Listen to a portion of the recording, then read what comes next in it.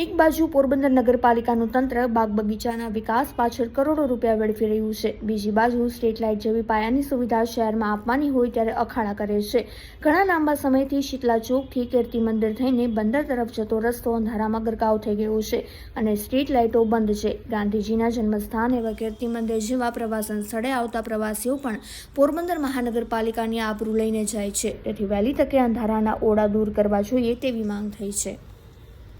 સિયારામભાઈ, હવે આજે આપણે રોડ છે માણેક ચોકથી કીર્તિ મંદિર અને શીતલાઈ ચોક તરફ જતો રોડ છે। હવે આ રોડ ઉપર સ્ટ્રીટ લાઇટોના થાંભલા તો ઘણા છે, પણ એ કેટલો સમય ત્યાં બંધ હાલતમાં જ છે। શું મહાનગરપાલિકાને ખ્યાલ જ નથી કે આ સ્ટ્રીટ લાઇટો બંધ જ છે? હવે આપણે સુદામાનું ધામ, ગાંધીજીનું ગામ અને ગાંધીજીના જન્મસ્થળના રોડ ઉપર જ સ્ટ્રીટ લાઇટો બંધ હાલતમાં છે। મને તો એ શરમ થાય છે અને અહીંયા તો આપણે હજારો પ્રવાસી અવર જવર કરે છે, બહારના ને વિદેશીને। હવે એ લોકો આવે ને જોઈ તો કેવું આપણા માટે તો શરમજનક મોટું કહેવાય। બસ વહેલી તકે આ સ્ટ્રીટ લાઇટો ચાલુ થઈ જાય તો સારું, જેથી કરીને આપણું પોરબંદર નાક ના કપાય। કેમ કે આજે આ બગીચાના રિનોવેશન માટે આટલા ટેન્ડરો પાસ થતા હોય તો આ સ્ટ્રીટ લાઇટો ખાલી હજારો રૂપિયાના હિસાબમાં છે।